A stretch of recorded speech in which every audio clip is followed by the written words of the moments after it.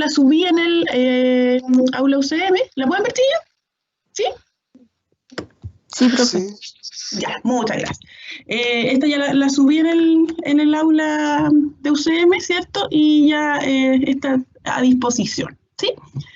Entonces, vamos a ver entonces hoy día la clase de intervención en adultez, que es la continuación de lo que vimos la semana pasada, ¿cierto? La semana pasada hablamos de la importancia de trabajar en desarrollo comunitario. Ahora vamos a ver, cuando nosotros los psicólogos comunitarios trabajamos en el ámbito comunitario, ¿a qué nos referimos por esto? ¿Cierto? Hoy día vamos a ver algunos conceptos, ¿sí? ¿Qué contenidos vamos a ver hoy día? Vamos a ver el enfoque comunitario, ¿sí? Vamos a ver el enfoque comunitario, que engloba una mirada compleja del ser humano y de los problemas sociales. Por lo tanto, vamos a ver enfoque de derecho, de género y el ecológico, y yo le sumé, ¿cierto?, el enfoque intercultural para que le demos una pequeña pinceladita. Por dado la cantidad de tiempo que tenemos, chiquillos, vamos a ver una pincelada de cada tema porque son varios, ¿cierto? Así que cualquier duda ustedes me pueden decir, y si hay alguno que tiene la inquietud de querer profundizar en algún enfoque, yo les puedo brindar bibliografía, obviamente complementaria al curso, ¿sí? Vamos a ver qué es el concepto de salud mental comunitaria, que es el concepto que en la actualidad la Organización Mundial de la Salud, la Organización Panamericana de la Salud y otras organismos internacionales considera que es troncal para trabajar y para hablar de salud mental. Y vamos a hablar en qué ámbitos de acción se desempeña la psicología comunitaria. Un poco lo revisamos en la clase pasada, pero hoy día vamos a ver en qué ámbito, en qué temas estamos trabajando en la actualidad los psicólogos comunitarios, ¿sí? Bueno, vamos a partir entonces por el enfoque comunitario. ¿Qué podemos entender o qué entendemos cuando hablamos de enfoque comunitario? ¿Sí? Importante, un dato muy importante es que desde el año 90, ¿sí?, de la década de los 90 en el fondo, muchos de ustedes no habían nacido, ¿sí?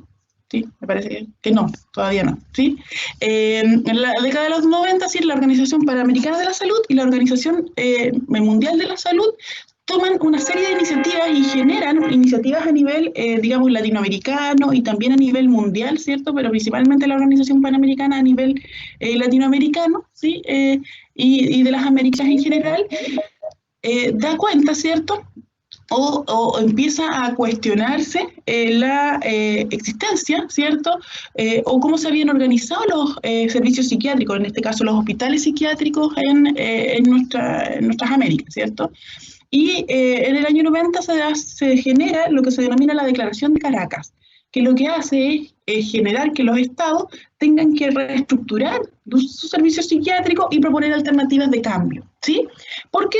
Porque se discute y se analiza que los servicios psiquiátricos, como tradicionalmente se habían organizado, estaban generando muchos problemas a nivel de salud mental más que soluciones, ¿sí? Sus características de aislamiento y sus características de gueto, ¿sí?, lo que hacían es aislar al paciente psiquiátrico, ¿sí?, y quitarle la posibilidad de interactuar con su comunidad.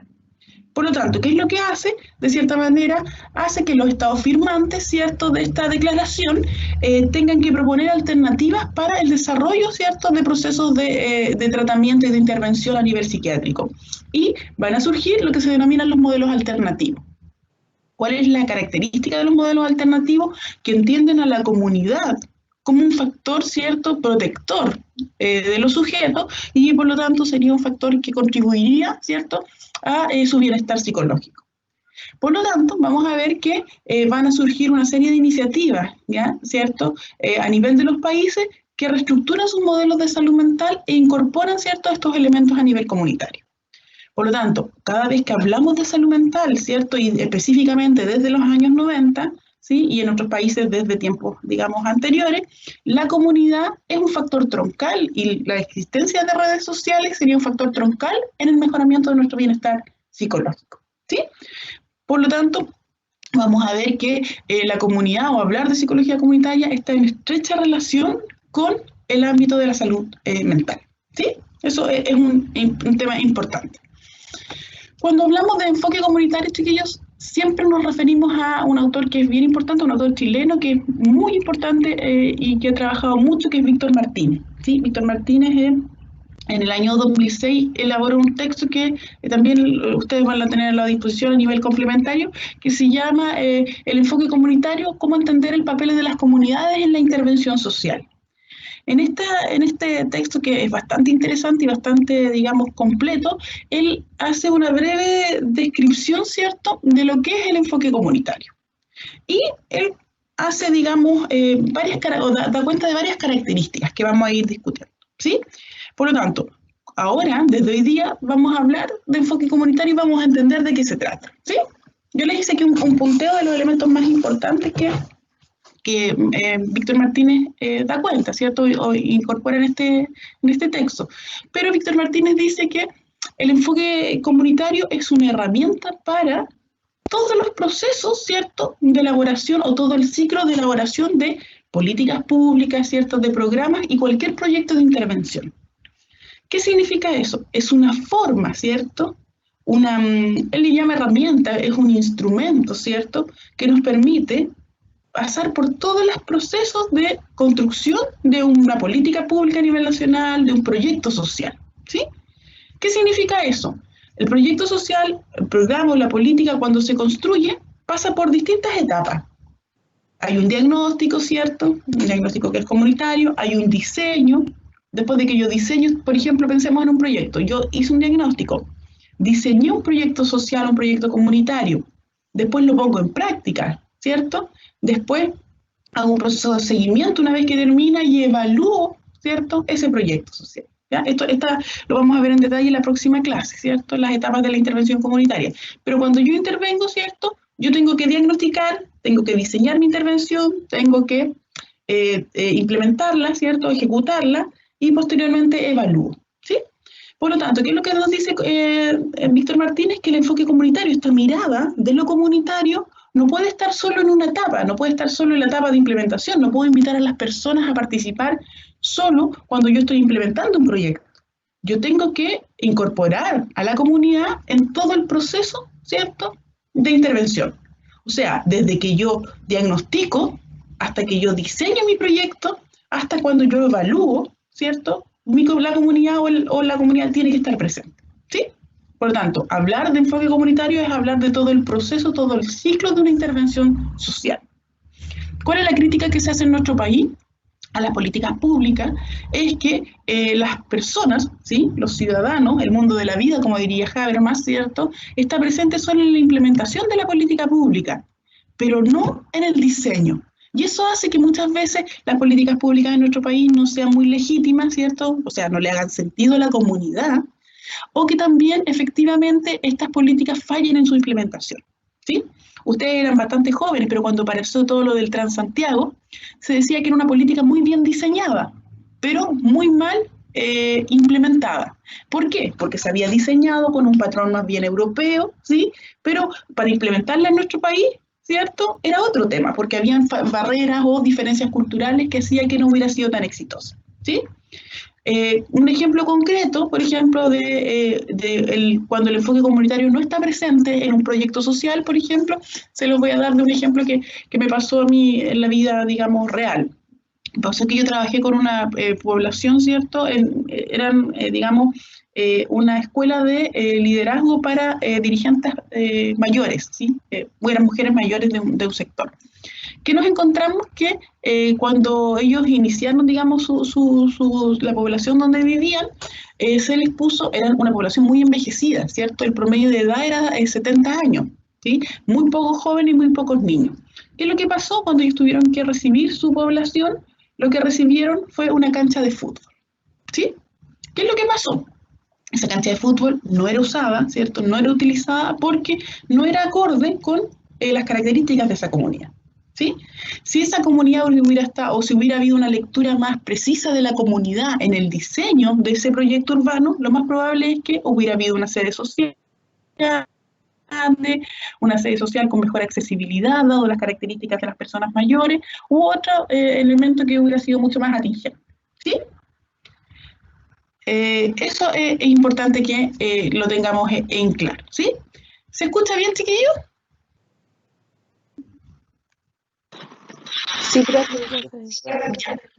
¿Alguna duda, alguna consulta hasta el momento? ¿O estamos más o menos claros? Yo tengo una pregunta. Sí, todas las que ustedes quieran. Lo que pasa es que Es que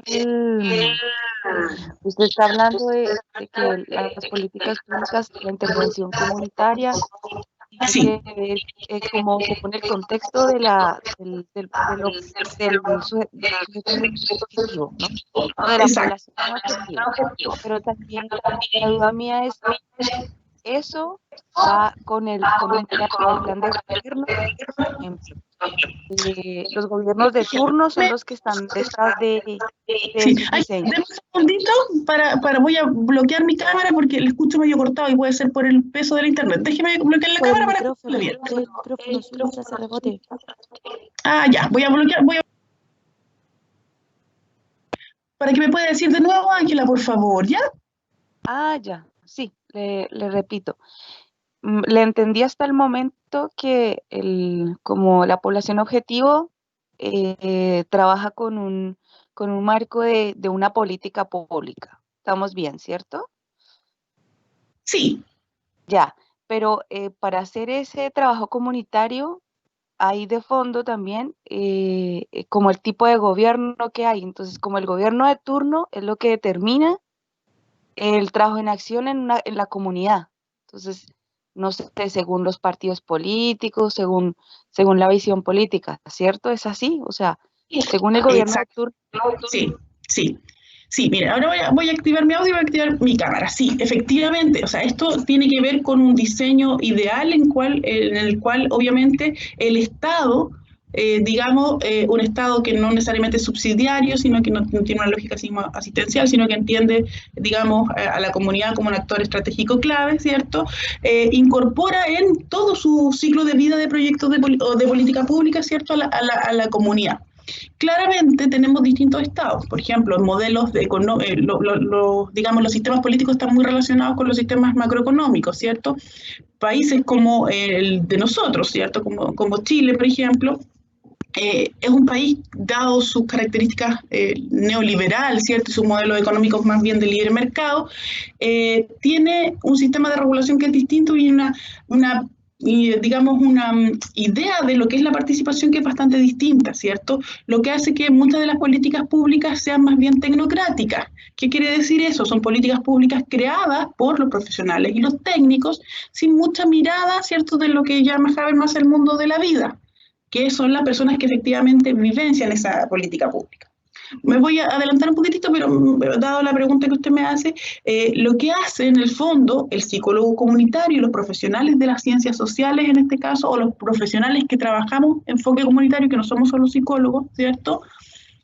Lo que somos son una especie de interlocutores entre los técnicos que ejecutan la política pública y estos técnicos muchas veces mediados por la agenda política que en el fondo los países determinan que es importante y que depende digamos, de los partidos políticos, depende de decisiones económicas, ¿cierto? Como bien dice usted. ¿Sí?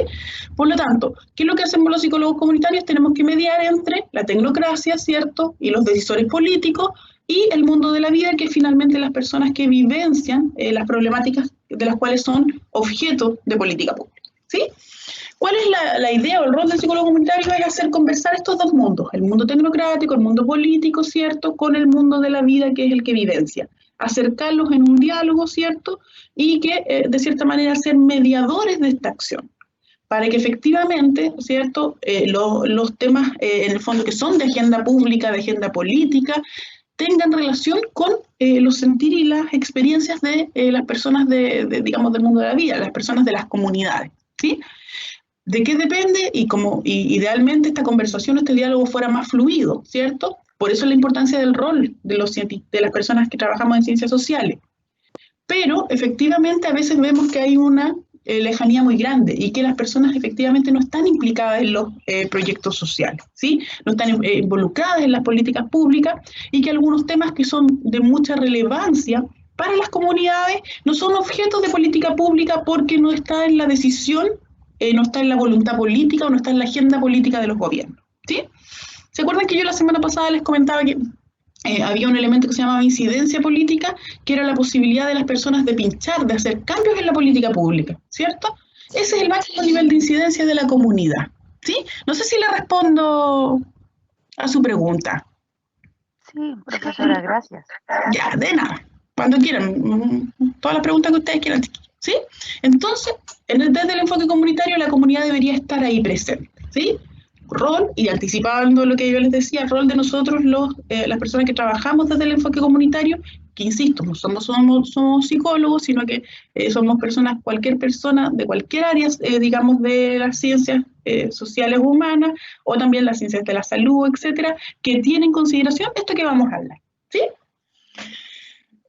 Otra cosa importante es que el enfoque comunitario es un modelo centrado en la acción, es un modelo interventivo, es una práctica de intervención, ¿sí? Por lo tanto, hablar de enfoque comunitario siempre es hablar de hacer, ¿sí? De intervenir. Eso es una cosa importante. Y es intervenir, es actuar, pero no de cualquier forma, ¿ya? Sino que, como les comentaba anteriormente, lo que busca es acercar a la comunidad, ¿sí? Las personas, los territorios, los sujetos, ¿cierto? Lo que ya más nuevamente les comento, el mundo de la vida, ¿cierto? Con las instituciones, con, en el fondo, las instituciones, quienes toman decisiones, los decisores políticos, ¿cierto? Por ejemplo, es acercar a este psicólogo que trabaja en un programa del Estado, ¿cierto? O en un organismo colaborador del Estado, por ejemplo, con esta comunidad. Ese es el enfoque comunitario, la posibilidad de hacer dialogar, de hacer conversar, ¿cierto? Las instituciones que tienen una lógica con la comunidad que tiene otra lógica, ¿sí? Cuando hablamos de enfoque comunitario, una de sus características es el diálogo, ¿sí? ¿Cómo hacemos que las instituciones, ya sean públicas o privadas, ¿cierto?, conversen, dialoguen, generen lo que se denomina un nuevo contrato social, una forma nueva de relacionarse, ¿cierto?, con la comunidad, ¿sí? A eso nos referimos con enfoque comunitario. ¿Dudas hasta el momento, chiquillos? ¿Consultas? ¿Les queda claro? ¿Algo que quieran precisar? ¿Se me durmieron? No, profe, a mí no me claro. ¿Sí? Cuando ustedes no me contestan, chiquillos, se los decía ayer en otra clase, en otra universidad, les decía que cuando ustedes no me contestan, yo me los imagino que están acostaditos en la cama, así, con su almohada, abrazaditos, bien, acostaditos durmiendo. Yo digo, ¿estarán despiertos? ¿Estarán durmiendo? ¿Sí? Bueno, entonces el enfoque comunitario, ¿cierto?, es esta incorporación de la comunidad en todas las etapas, ¿cierto?, de intervención. Es un enfoque muy práctico y es un enfoque que, por denominación, lo que busca es acercar el mundo de las instituciones con el mundo comunitario, o el mundo de la comunidad, ¿sí? Que tienen lógicas distintas, es importante decirlo, porque el mundo de la comunidad vive, siente sus problemas, vive y siente, en el fondo, lo que le pasa, ¿cierto? El mundo de las instituciones está, digamos, incorporado por metas, por desafíos, por presupuestos, ¿cierto?, por indicadores de gestión, y que tenemos que hacer conversar, ¿sí? Cuando yo, como psicólogo, tengo un indicador que es visitar tantas personas en un mes, ¿sí?, la comunidad, por otro lado, está sintiendo problemas, está vivenciando situaciones, ¿cierto? Cuando yo como psicólogo trabajo con el número de atenciones que tengo, digamos, a la semana, la otra persona que viene a verme vivencia problemas que para ella son importantes, ¿sí? El enfoque comunitario es una mirada, ¿cierto?, como yo les decía, no propia solo de los psicólogos comunitarios, sino que de distintas, digamos, disciplinas, ¿cierto?, distintas profesiones, que me permite hacer conversar y hacer dialogar. Y cuando yo les decía, el nuevo contrato social tiene que ver con el respeto mutuo, ¿cierto?, y la posibilidad de dialogar entre estos dos saberes, el de la experiencia versus el saber técnico.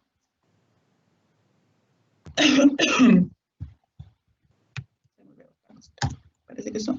Bueno, otra cosa que dice, digamos, Víctor Martínez, que es muy importante que entendamos, que cuando hablamos de enfoque comunitario, siempre nos referimos a entender los fenómenos, los problemas sociales desde una complejidad, ¿sí? ¿Qué significa desde una complejidad?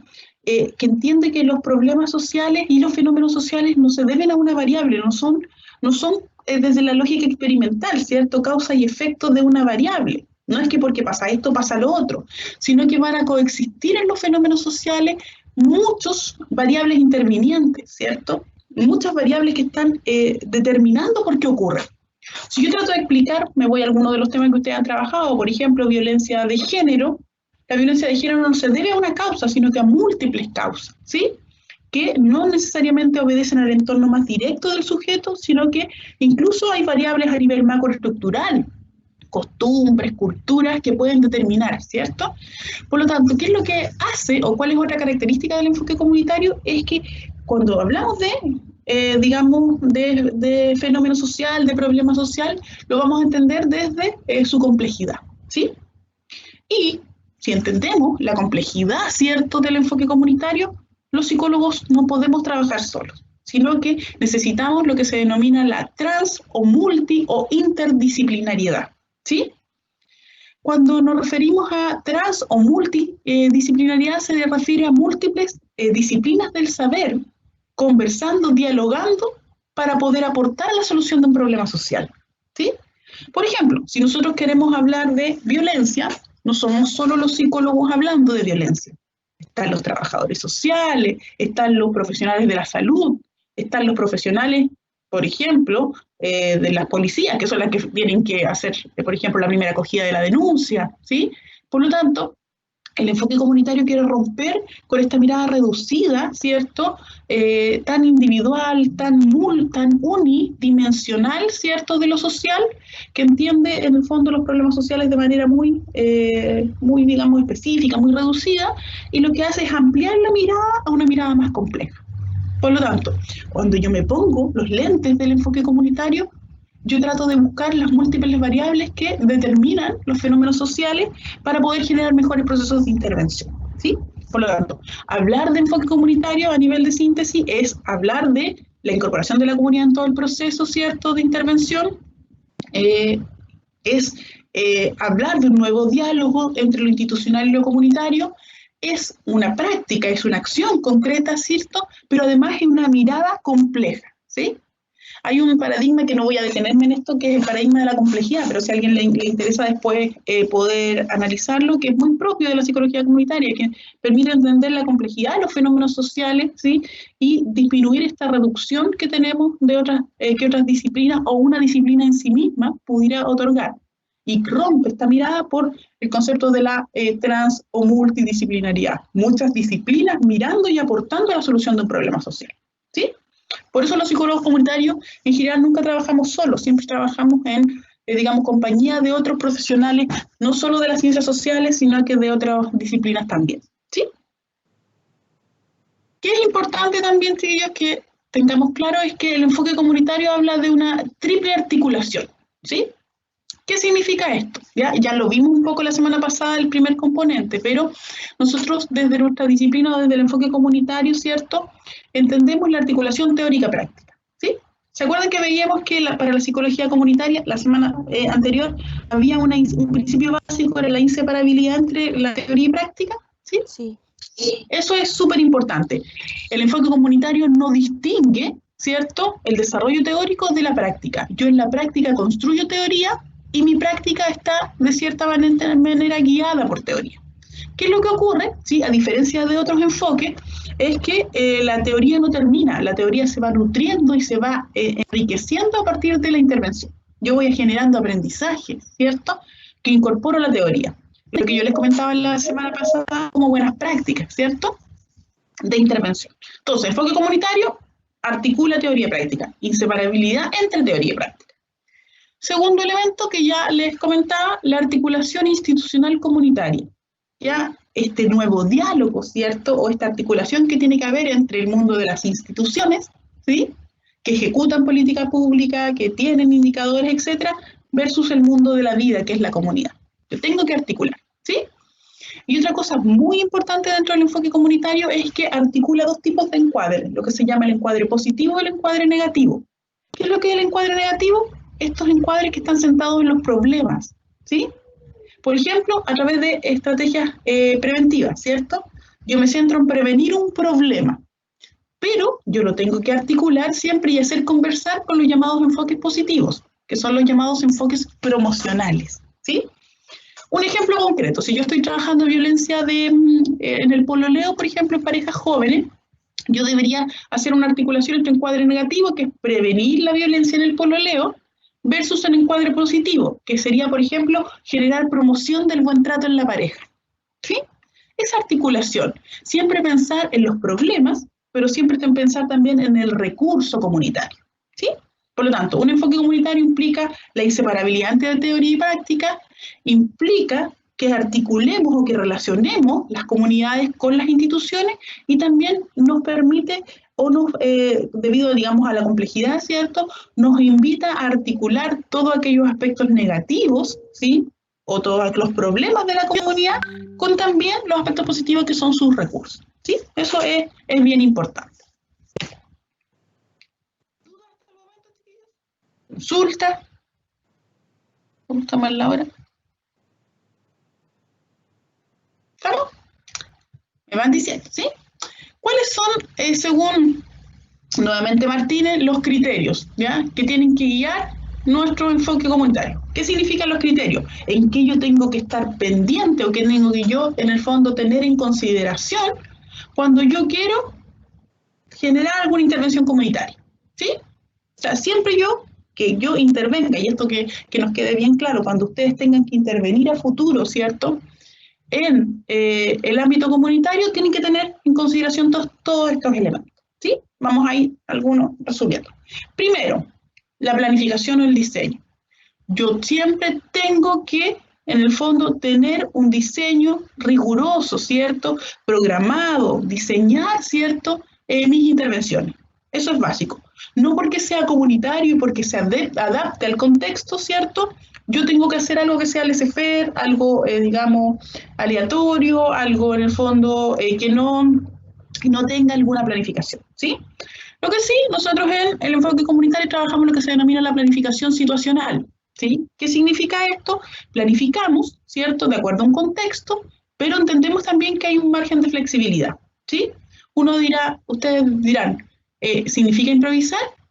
Sí, uno a veces tiene que improvisar, pero no puede improvisar si no hay una planificación previa, ¿sí? La improvisación no existiría si no existiera un marco de planificación previo, ¿sí? Yo siempre tengo que, digamos, innovar o tengo que generar alguna acción, digamos, distinta o debido a la situación si tengo un marco de diseño elaborado, ¿sí? Profesora, ¿cómo se llama el tipo de planificación? Planificación situacional. ¿Sí? Ya, Es algo que nos ha entregado también el trabajo social. Ellos son muy, muy fuertes en la planificación situacional, ¿cierto? Es planificar, ¿sí?, tener un marco, digamos, de diseño de intervención, obviamente, pero sin perder, ¿cierto?, esta característica de que tengo que adaptarla a lo que está ocurriendo en el contexto, ¿sí? Otra característica que yo tengo que tener en consideración, otro criterio, ¿cierto?, es la complementación del encuadre positivo y negativo, ¿ya? ¿Qué significa esto? Ya se los había comentado. Tengo que entender la complementariedad de estos dos enfoques. Mirar el enfoque del problema, ¿cierto?, pero complementarlo siempre con el enfoque del recurso, ¿sí? El problema, vamos a ver que existe, pero puede ser superado gracias a la existencia de recursos a nivel comunitario.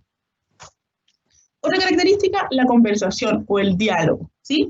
La importancia de propiciar diálogo constante, ¿cierto?, entre los distintos actores de la comunidad y que en esto, ya, en esta conversación no es gratuita, no es en el fondo exenta, ¿cierto?, de la necesidad de generar procesos de poder. Cuando conversa la comunidad con la institución, cuando conversa la comunidad con el profesional, lo que se hace es redistribuir el poder, ¿sí? También, ya lo vimos, este carácter multitransdisciplinario. Debido a la complejidad, ¿cierto?, de los fenómenos sociales, yo tengo que incorporar distintas competencias de distintas disciplinas. Es difícil hacer algo desde el enfoque comunitario sin pensar en incorporar a otras disciplinas dentro de nuestro trabajo, ¿sí? También, otra característica, ¿cierto?, es desenvolverse en altos niveles de incertidumbre, ¿sí? ¿Qué significa esto? Pese a que tenemos nuestra planificación, ¿cierto?, pero nuestro contexto va cambiando, ¿sí? Hoy día lo que diseñamos, hoy día lo que diagnosticamos puede ser una cosa y mañana, debido a los contextos, puede cambiar. Por lo tanto, nosotros como trabajadores desde el enfoque comunitario, ¿cierto?, o profesionales desde el enfoque comunitario, tenemos que atender a los cambios y ir ajustando o corrigiendo en nuestras actividades o nuestra planificación. Por eso planificación situacional, porque existe, está, pero tiene que ser lo suficientemente flexible para adaptarse al entorno. Yo les voy a poner un ejemplo muy, muy concreto. A mí me tocó para el terremoto del 2011, yo estaba trabajando en un programa en un sector de Rancagua, ¿cierto? Y nosotros nos fuimos el día, esto fue el 27 digamos, de febrero, nosotros fuimos el día 26, ¿sí? El día viernes, a trabajar. Tenía un plan de trabajo muy bonito, ¿cierto? Desarrollado con un muy bien diagnóstico, pero vino el terremoto y cambió todo, ¿sí? Eso sí implicó que nos tuvimos que desenvolver en un alto nivel de incertidumbre, porque las prioridades cambiaron, los problemas cambiaron y tuvimos que adecuar nuestra práctica al contexto, ¿sí? También el modo de búsqueda proactivo. ¿Qué significa eso? Tenemos que romper un poco la mirada, ¿cierto? O los modelos principalmente clínicos, estos modelos más bien burocráticos de intervención, que lo que hace es actuar más desde la lógica de la persona o de la comunidad más bien pasiva, ¿sí? Tenemos que entender, ¿cierto?, la importancia de la proactividad de las comunidades. Y eso se relaciona mucho también con el otro criterio, ¿cierto?, que es la participación activa.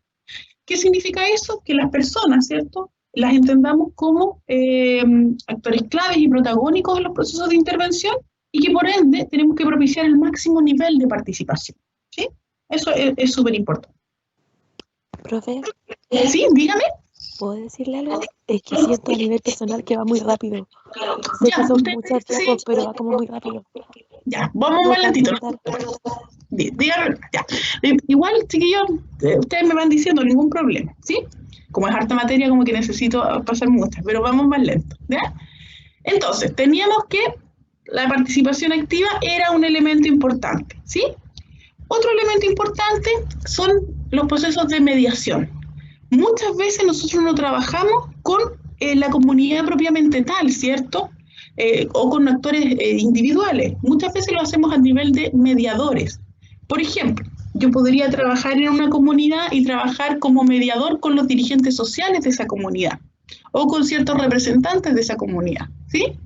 Por lo tanto, las intervenciones que hacemos en comunidad, ¿cierto?, a veces son muy abarcativas, nosotros no tendemos a trabajar con todos los actores sociales, sino que trabajamos principalmente con representantes o con mediadores dentro de ellos, ¿sí? Eso es un factor importante, ¿sí? Entonces, como a nivel de síntesis de esta diapo, ¿cierto? Trabajamos en el fondo, con cambios constantes en las comunidades, por lo tanto tenemos que adaptarnos a ellas, tenemos que buscar la proactividad de las comunidades, hacerlas muy partícipes, ¿sí? Y muchas veces tenemos que trabajar con mediadores dentro de las comunidades, para que en el fondo podamos intervenir de manera más adecuada, ¿sí? Otra característica, la simetría, ¿sí? ¿Qué significa eso? ¿Sí? Dígame. ¿Por qué situaciones de trabajo con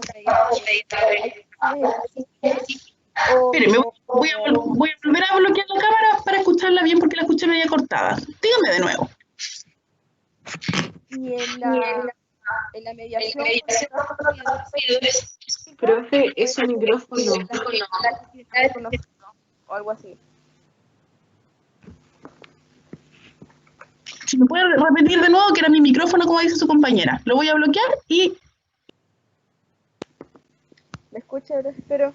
La mediación, en ese caso, cuando uno trabaja con mediadores, o sea, ¿hay situaciones específicas o es simplemente cuando la comunidad no quiere hablar con el psicólogo comunitario? No necesariamente, uno puede trabajar con mediadores como una estrategia de intervención. Por ejemplo, yo podría querer formar, hay un ejemplo de intervención comunitaria que se trabaja, por ejemplo, con los llamados agentes comunitarios. ¿Quiénes son los agentes comunitarios?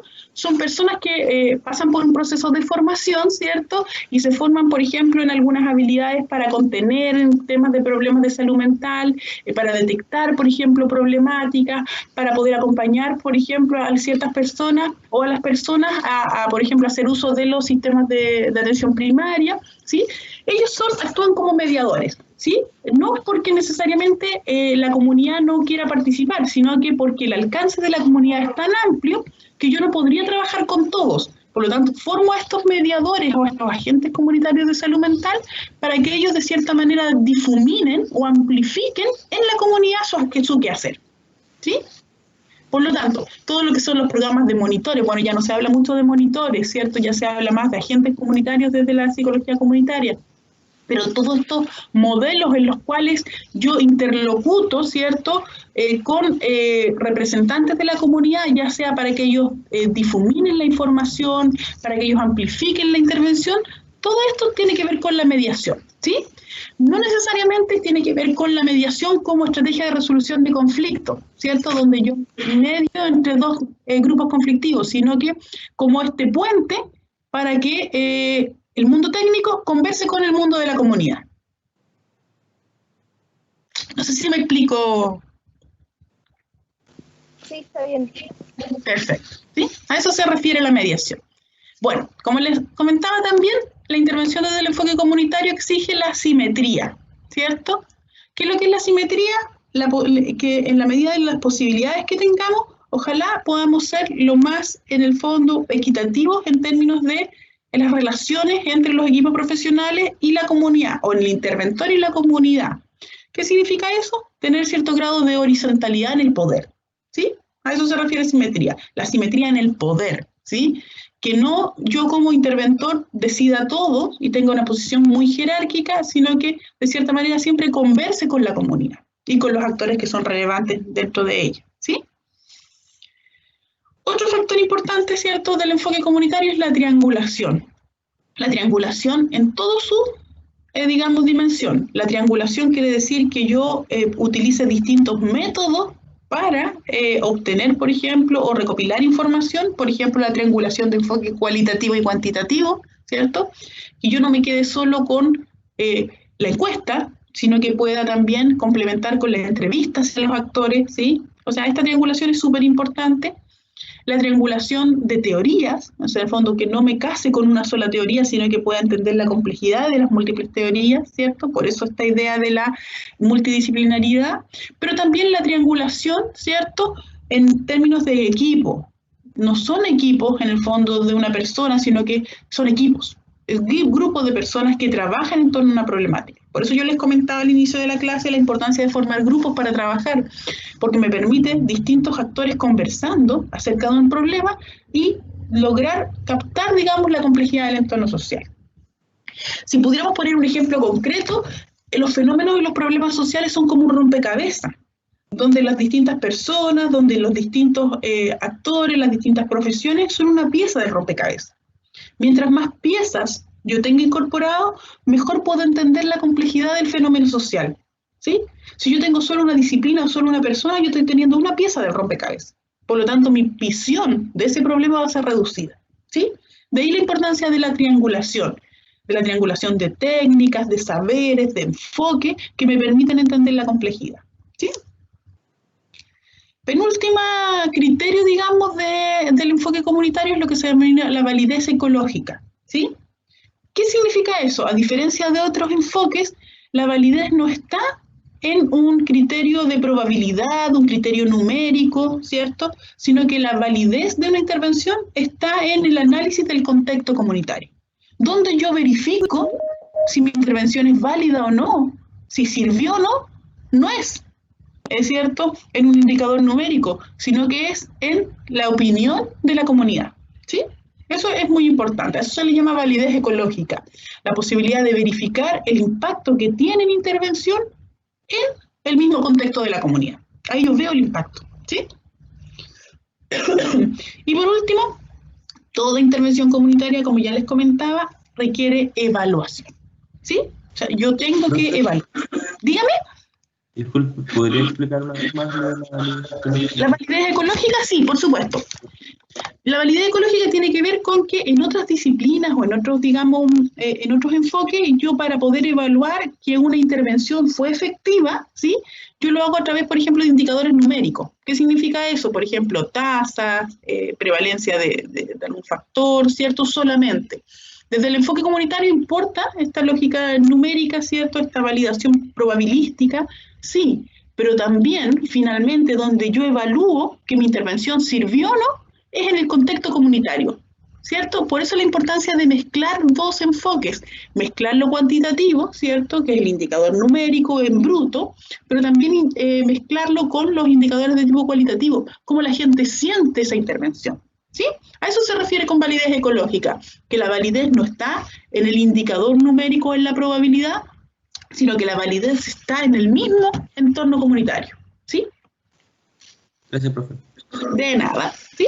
Entonces, muy a nivel sintético, ¿cierto? El enfoque comunitario nos exige ciertas cosas, nos exige tener una visión multidisciplinaria, nos exige, por ejemplo, entender la participación de la comunidad, nos exige siempre estar consultando a la comunidad acerca del impacto que tiene, nos exige, ¿cierto?, simetría en el poder, ¿cierto? Nos exige un nuevo diálogo, una conversación con las instituciones, nos exige una mirada compleja, ¿cierto?, que es multidisciplinaria.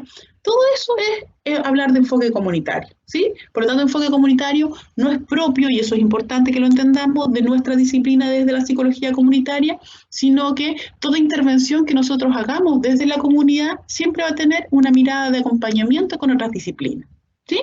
Por eso trabajamos con psicólogos clínicos, cierto que si bien no es otra disciplina, es otra área de la psicología, trabajamos con psiquiatras si queremos trabajar en temas de enfoque comunitario, trabajamos con arquitectos, con profesores, con ingenieros comerciales, con trabajadores sociales, en el fondo, con médicos, con enfermeras, ¿ya? Trabajamos en el fondo con distintas miradas. Y a eso vamos a referirnos cuando hablemos de enfoque comunitario, ¿sí? ¿Dudas hasta el momento, chiquillos, del enfoque comunitario? Profesora, ¿qué dijo respecto a la evaluación? ¿O no dijo? Sí, que la evaluación es un factor relevante, que no puede haber en el enfoque comunitario, que no puede no haber evaluación en el enfoque comunitario. Siempre yo tengo que evaluar, ¿sí? A eso se refería. ¿Y cómo se evalúa en el enfoque comunitario, profesora? A ver, ahí nos da una clase. Yo hago en otra universidad solo un ramo para evaluación de un semestre, de evaluación pero le voy a dar como un dato. A ver, yo tengo distintas formas de evaluar, ¿cierto? A ver, la característica del enfoque comunitario es que haya evaluación participativa, ¿sí? ¿Qué significa eso? Que yo evalúe, ya puedo yo evaluar ex ante, o sea, antes de que el proyecto se ejecute, por ejemplo, le puedo preguntar a la comunidad si le parece viable y le parece atingente el proyecto que yo estoy presentando. Eso sería una evaluación ex ante, antes que el proyecto se ejecute. Puedo evaluar en el proceso, ¿cierto? ¿Qué significa eso? Ahí tengo yo evaluación de resultados, una serie de procesos. Yo puedo ir evaluando con ellos cómo se va desarrollando el proyecto social, ¿sí? Para ir modificando. Recuerden que vivimos en incertidumbre, en cambio, por lo tanto yo tengo que ir modificando mi planificación en base a lo que evalúo. Yo puedo evaluar al final del proceso, por lo tanto evaluar el resultado, ¿cierto?, que tuvo mi intervención comunitaria, siempre con la comunidad, o puedo evaluar a posteriori, ¿cierto?, que es la evaluación de impacto. O sea, en el tiempo, una vez finalizada la intervención, si se mantuvieron los resultados a posteriori. Todas esas formas de evaluación existen, ¿cierto? Pero la característica que tiene el enfoque comunitario es que esa evaluación no puede ser solo desde los profesionales, ¿cierto? Sino que esa evaluación tiene que incorporar a la comunidad. ¿Sí? Ya, profe. De nada. ¿Alguien me había también preguntado algo? Sí, profe, con la triangulación. La triangulación, ya. La triangulación tiene que ver con la posibilidad, a ver, lo mismo que pensemos en un triángulo, ¿sí? De manera, digamos, metafórica. En el triángulo no solo tenemos una punta, sino que tenemos tres. A eso se refiere la triangulación, se refiere a la posibilidad de poder incorporar más de una visión frente a los procesos. Incorporar una visión significa, por ejemplo, no trabajar de manera individual, sino que trabajar con otros para poder comprender y analizar los problemas, pero también se refiere a triangular, por ejemplo, distintas teorías. Cuando yo entiendo un fenómeno social o un fenómeno comunitario, yo no lo entiendo solo de un modelo teórico, yo tengo que permitirme ampliar la mirada a otros modelos, ¿sí? Por lo tanto, triangular más mirada. También yo tengo que triangular enfoques o metodologías, ¿cierto? No solo una metodología, no solo la metodología cuantitativa, no solo la metodología cualitativa, sino que tengo que hacer conversar distintos enfoques para entender la complejidad.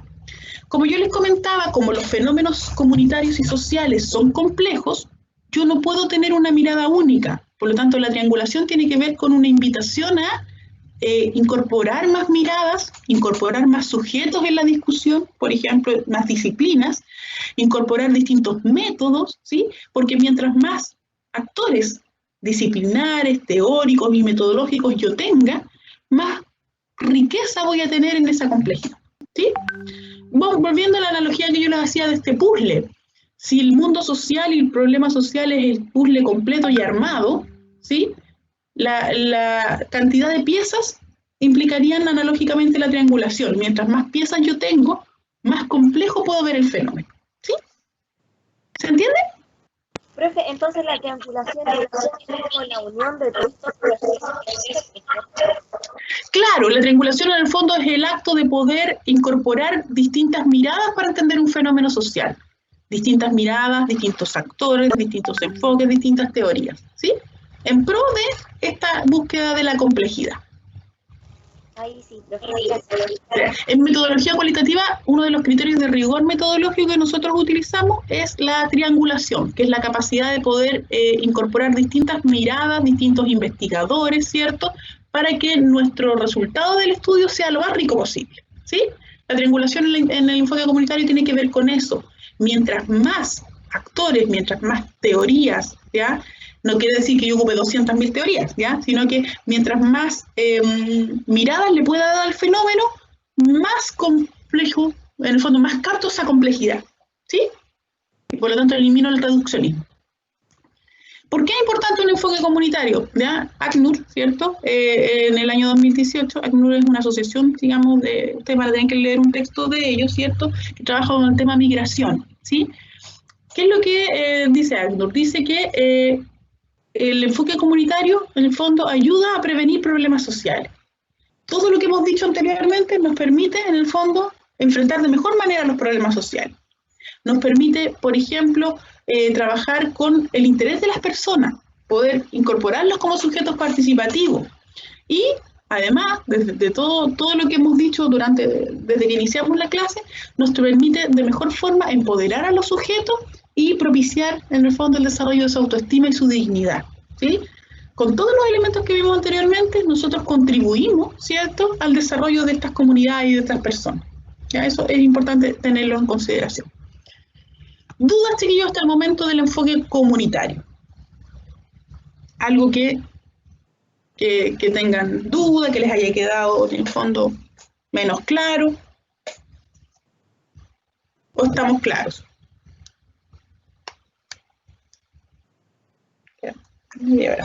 Estamos bien.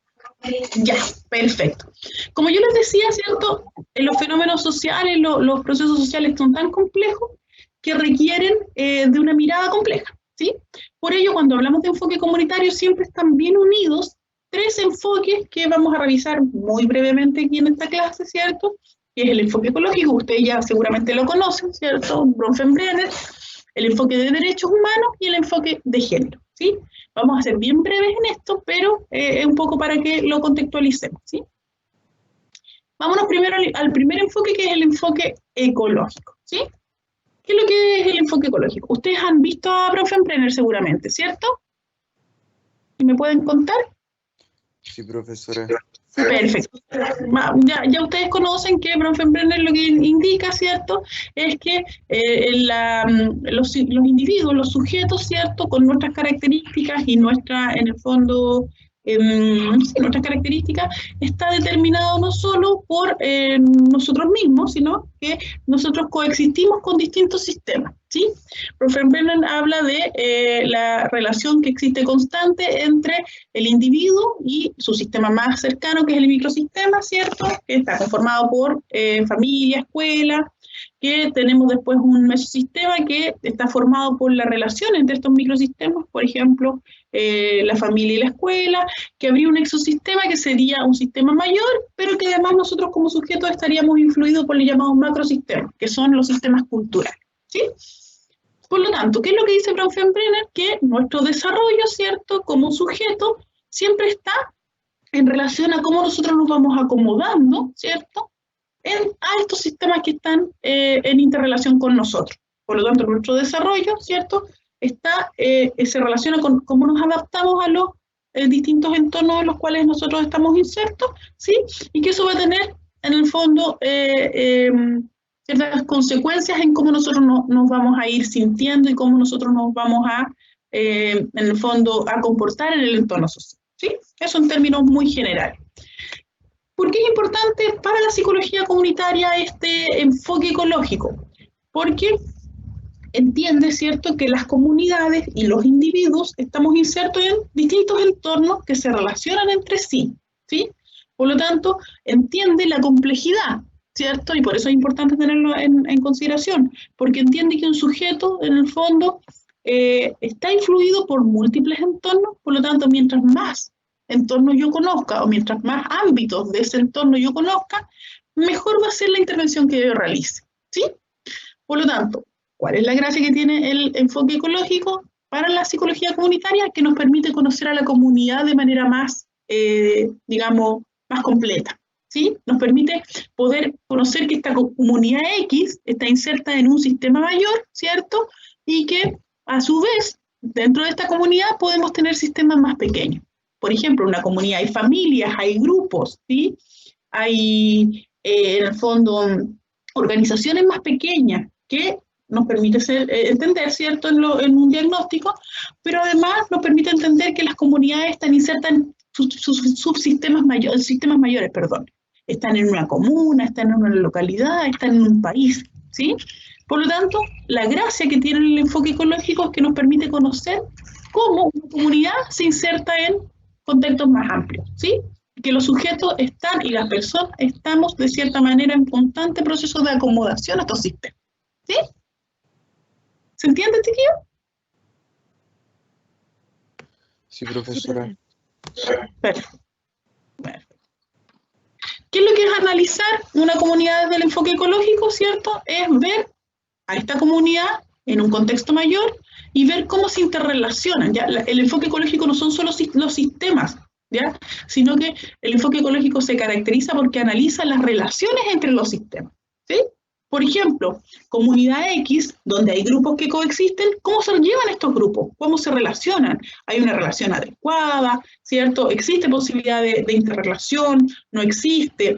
Por ejemplo, con el subsistema mayor, esta comunidad se relaciona con el municipio, se relaciona con otros sectores de la ciudad, ¿ya? A eso se refiere el enfoque ecológico, a que yo analice los sistemas que conforman mi comunidad, en qué sistema mayor está, pero además cómo se relacionan estos sistemas entre sí, ¿sí?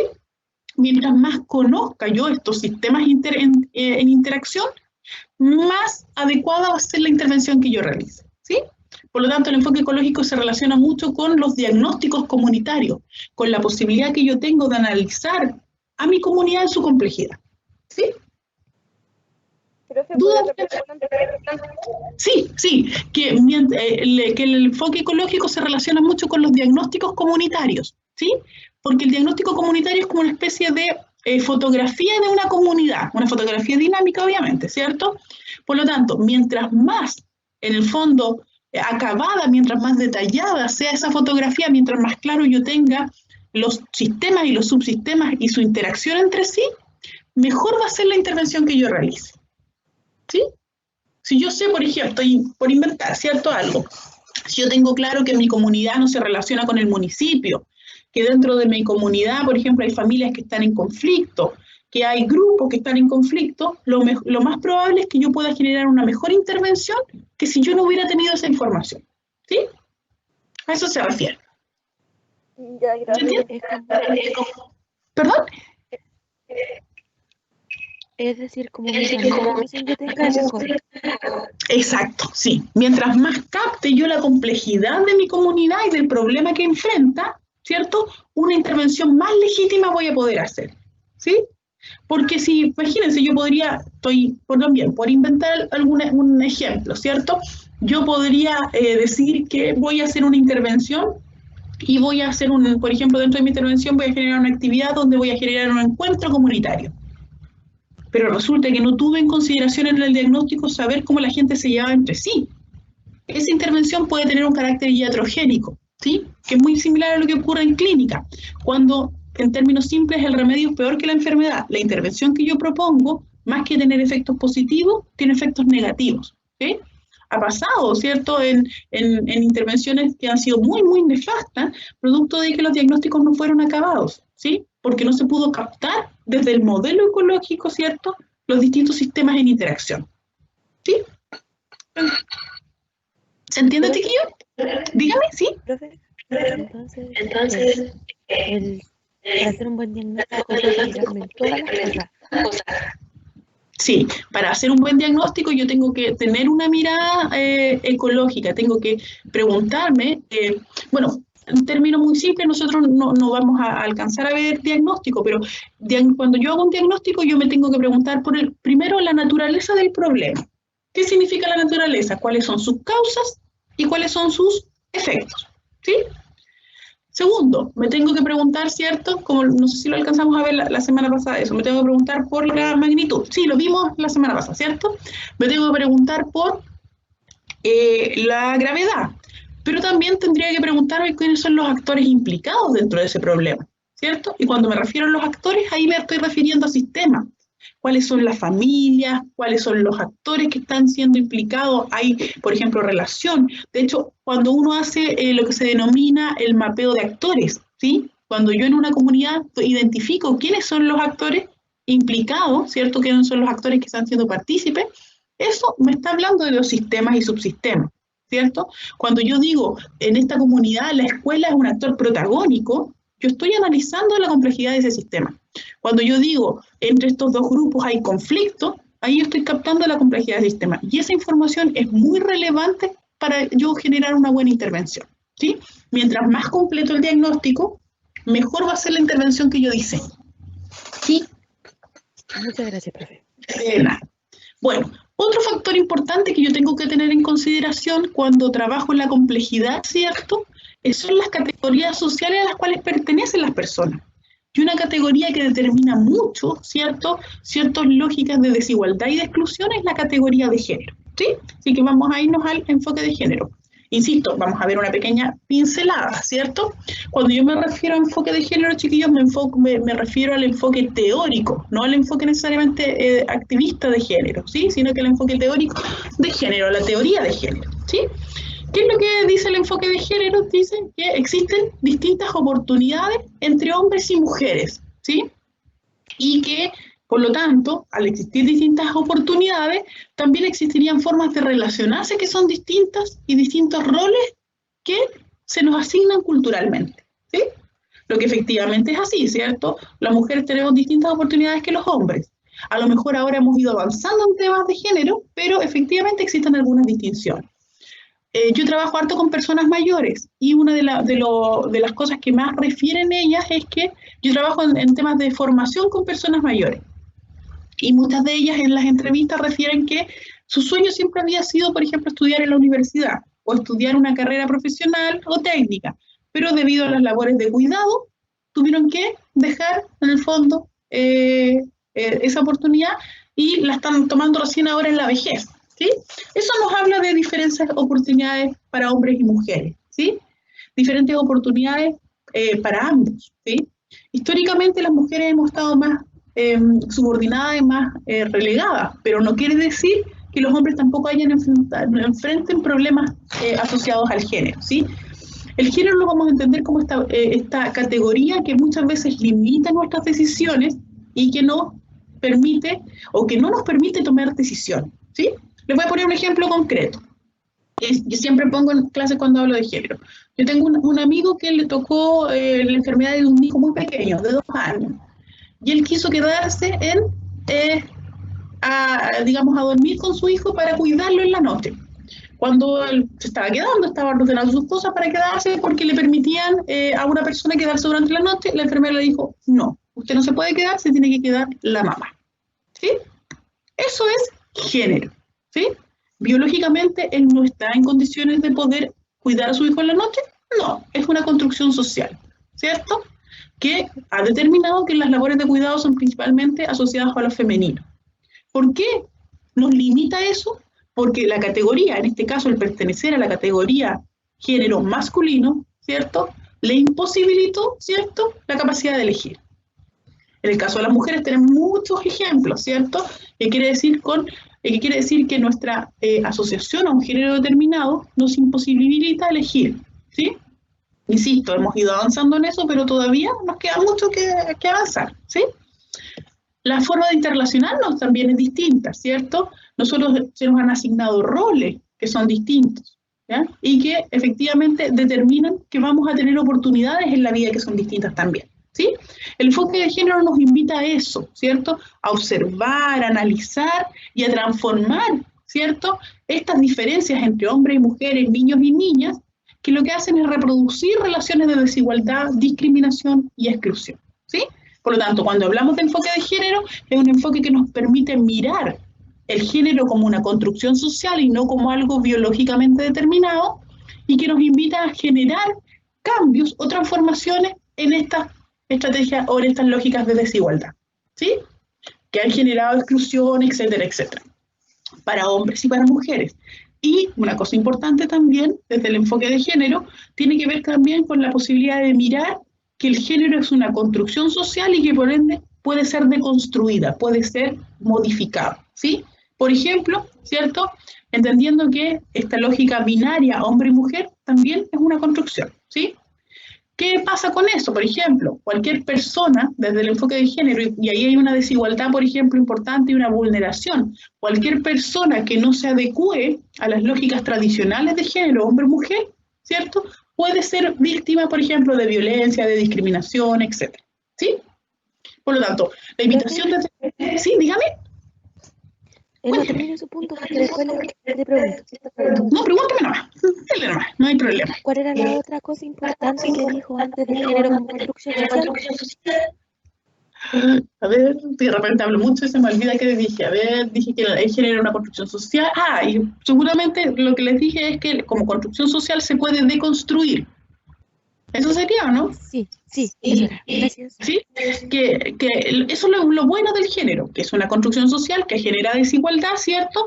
Pero como construcción yo la puedo deconstruir, ¿sí? Por ejemplo, hay varios autores, hay algunas autoras que desde el enfoque de derechos humanos hablan, un específico, Bosch y Ferrer, que dicen que el género ha construido, ¿cierto?, desigualdad, pero que yo a través de la socialización y de la educación puedo construir igualdad, ¿sí? ¿Qué ha tenido de malo, en el fondo, en el ámbito de las mujeres? Ha tenido problemas a nivel, por ejemplo, de los llamados techos de cristal, ¿cierto? Las mujeres ganamos menos, estamos asociados a roles principalmente vinculados al cuidado, nos hemos hecho cargo del trabajo doméstico, etc. ¿Qué tiene de malo para los hombres, por ejemplo? La socialización diferenciada, que hay una autora, si a alguien le interesa el tema de género, que es Marcela Lagarde, ¿cierto?, que nos dice que a los hombres se les ha socializado en esta idea de poder tener que neutralizar los afectos, ¿sí? Y eso ha generado mucha dificultad. De hecho, hay investigaciones en género bien interesantes que, por ejemplo, han analizado los discursos o las conversaciones que tienen hombres y mujeres con amigos, que las mujeres suelen mucho referirse en sus conversaciones a los afectos, ¿sí?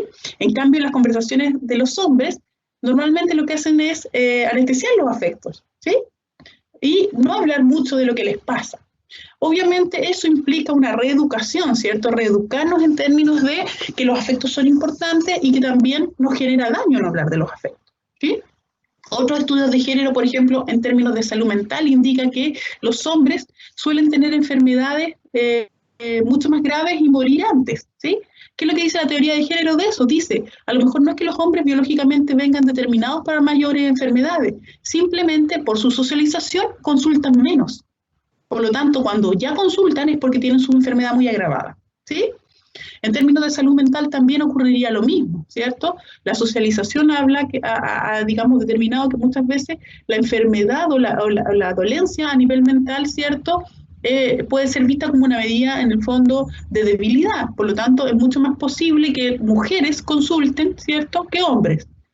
La teoría de género también dice que muchas veces las mujeres, debido a que tienen una relación más directa con el cuidado, son más atentas a lo que les pasa, ¿cierto?, versus los hombres que están socializados más al hacer.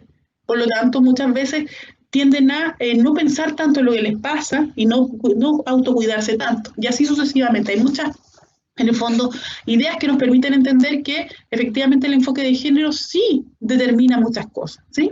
¿Cuál es la invitación del enfoque comunitario? Primero es hacerse consciente, ¿cierto?, de estas diferencias culturales, entender que son una construcción, que se puede deconstruir y que esta construcción, en el fondo de género, muchas veces puede generar desigualdad, ¿sí? Y eso es algo que hay que combatir.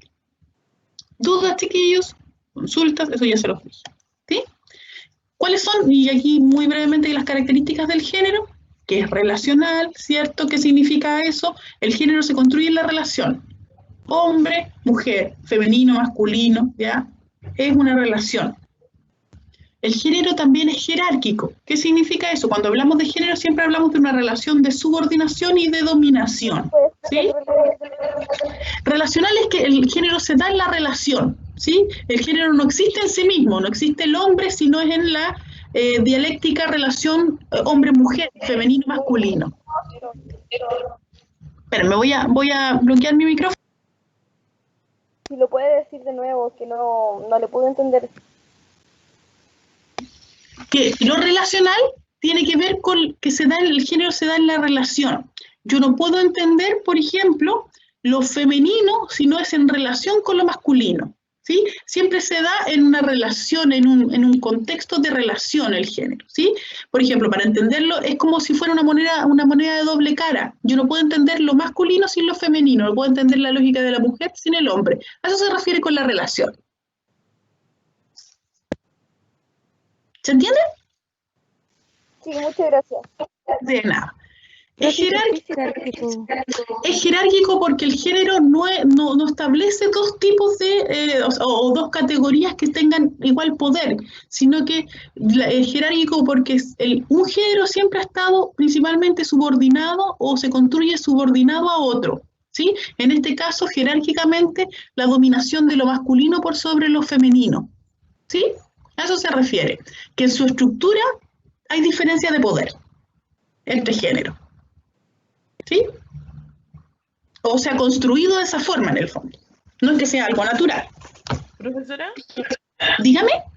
disculpe, siempre tiene que ser esa jerarquía, no puede ser de repente. Lo que pasa es que eso es lo que aspiramos desde el enfoque comunitario, es que esta jerarquía ya no sea así, pero como se ha construido históricamente el género, es de manera jerárquica, ¿sí? Porque el género en el fondo es una construcción social, es una categoría social que ha traído en el fondo lo que nosotros tenemos que hacernos conscientes, y por eso el tema de la equidad de género, ¿cierto? Porque es romper esta lógica jerárquica de dominación-subordinación y que en el fondo todos tengamos las mismas oportunidades y que la lógica de ser hombre o mujer no nos determine, ¿cierto? A eso se refiere en el fondo el tema de la equidad de género. Que tenemos que entender que somos distintos, ¿cierto? Porque tenemos características distintas, no biológicamente determinadas, socialmente determinadas, pero somos personas que tenemos, en el fondo, igualdad en términos de derechos y de poder, por ejemplo, ¿sí? ¿Es jerárquico? Sí, en su construcción es jerárquica, pero queremos trabajar desde el enfoque comunitario y desde otros enfoques, por ejemplo, el enfoque de género, para que esta jerarquía ya no sea así. ¿Sí? Otra característica del enfoque de género es que es cambiante. ¿Qué significa eso? Que se va modificando o como está contextualmente determinado, va cambiando. No es lo mismo ser mujer hoy día que ser mujer hace 50 años atrás, como sin duda no va a ser igual ser mujer en 50 años más, ¿sí?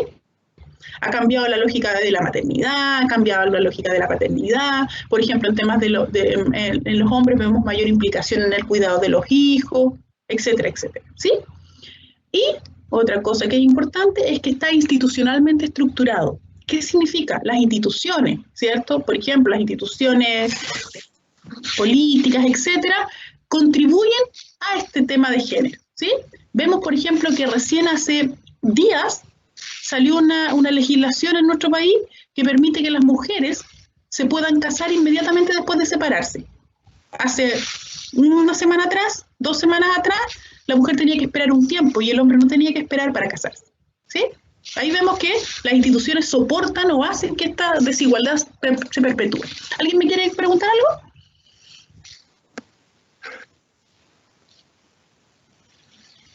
¿No? Bueno. ¿Se entiende entonces el enfoque de género?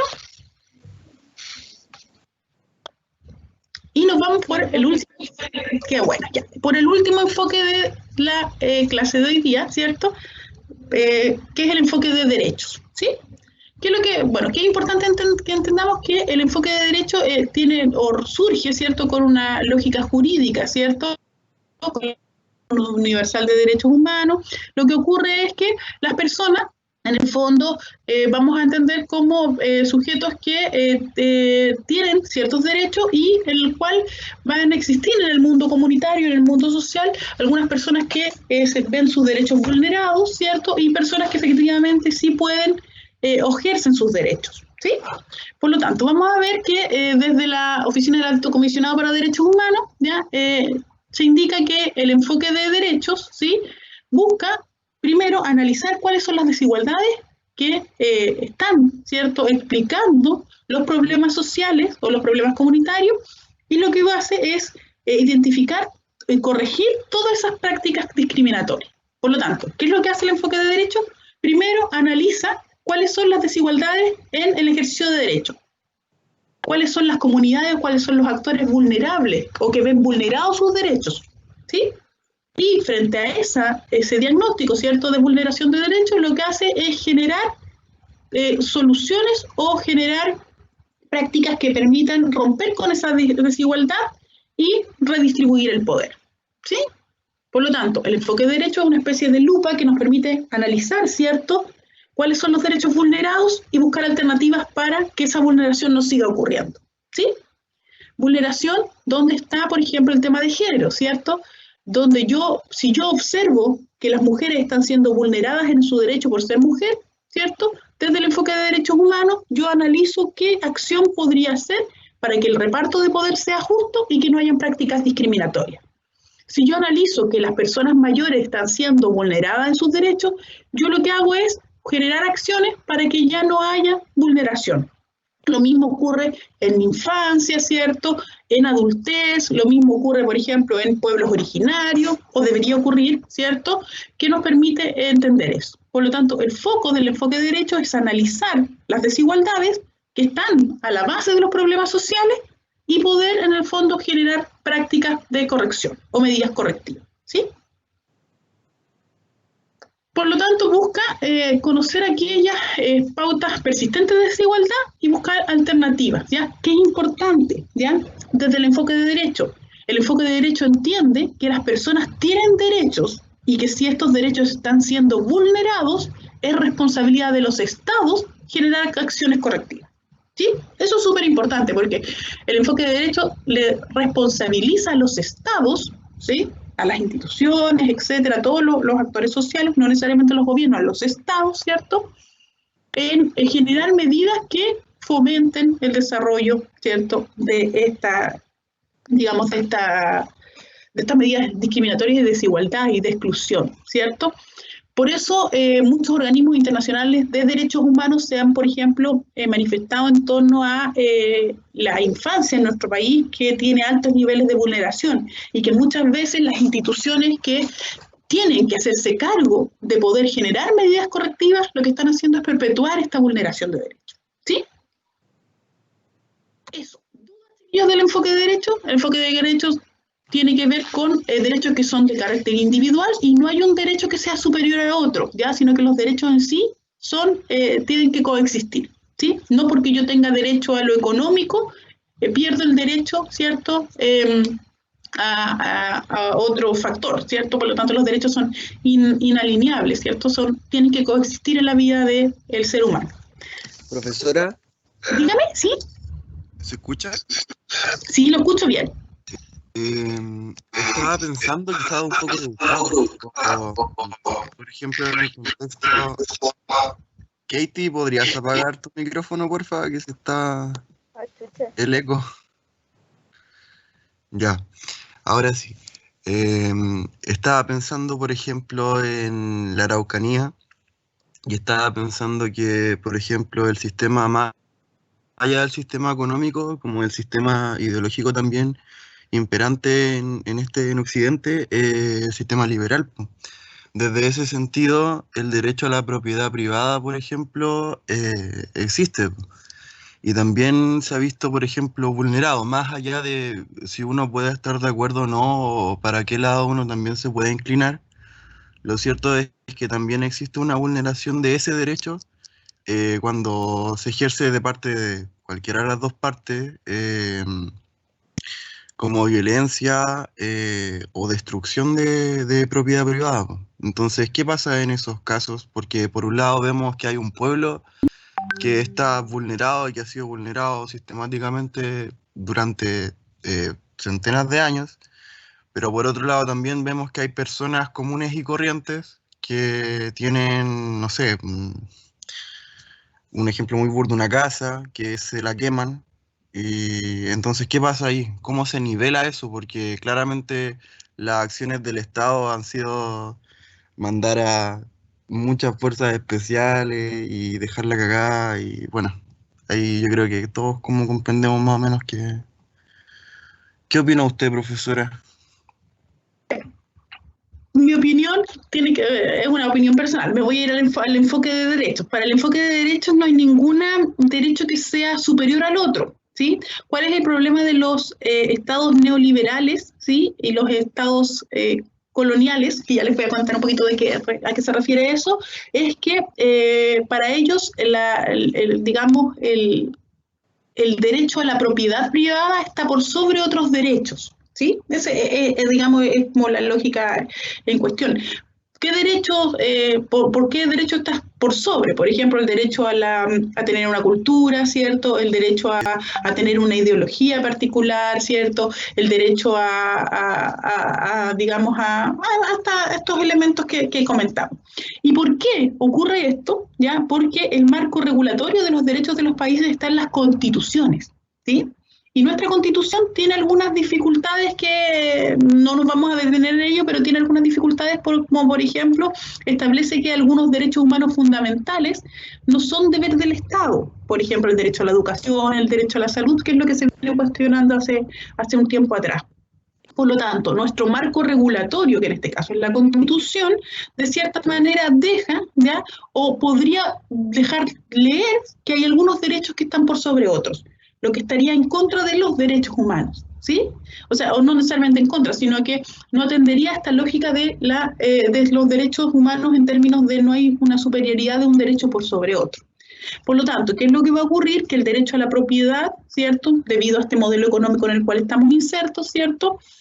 Propendería que sea más importante resguardar, ¿cierto? La propiedad privada, en este caso, por sobre el tema, digamos, ideológico o cultural, que es el tema, en el fondo, indígena. ¿Qué opinión puede traer eso? Que es un tema que ha estado mal manejado. De hecho, la ley indígena tiene mucho que desear, ¿cierto? No ha habido en el fondo, no se ha relevado en el fondo la cultura mapuche como una cultura importante y, digamos, relevante a nivel país, sino que por el contrario siempre ha sido relegado, ¿cierto?, a un espacio, digamos, inferior. Por lo tanto, explicación de lo que ocurre ahora tiene mucho que ver con lo que ha pasado históricamente, ¿cierto?, que tiene que ver con una mirada colonial. ¿Qué significa una mirada colonial? Una mirada que da cuenta de la importancia de los foráneos, ¿cierto?, de lo europeo, etcétera, etcétera, y le deja o le resta valor, ¿cierto?, a los elementos indígenas de los países. Vamos a ver que esta mirada es bien propia de Chile, ¿cierto? En otros países no vamos a ver esto, vamos a ver que el tema indígena es un tema muy importante a nivel de identidad de país. En nuestro país eso no ocurre mucho, ¿sí? O sea, por lo tanto, vamos a ver que en este conflicto vamos a tener derechos que están siendo vulnerados, derechos que están digamos, siendo superiores a otros, y todo esto explicado por el modelo económico en el cual estamos insertos, y explicado también por esta mirada colonial, esta mirada que de cierta manera desvaloriza, ¿cierto?, lo indígena por sobre lo extranjero, lo foráneo, etcétera. No sé si respondo, pero lo pongo en contexto nomás, ¿sí? Profe, ¿qué enfoque estamos viendo? Estamos en el enfoque de derechos humanos.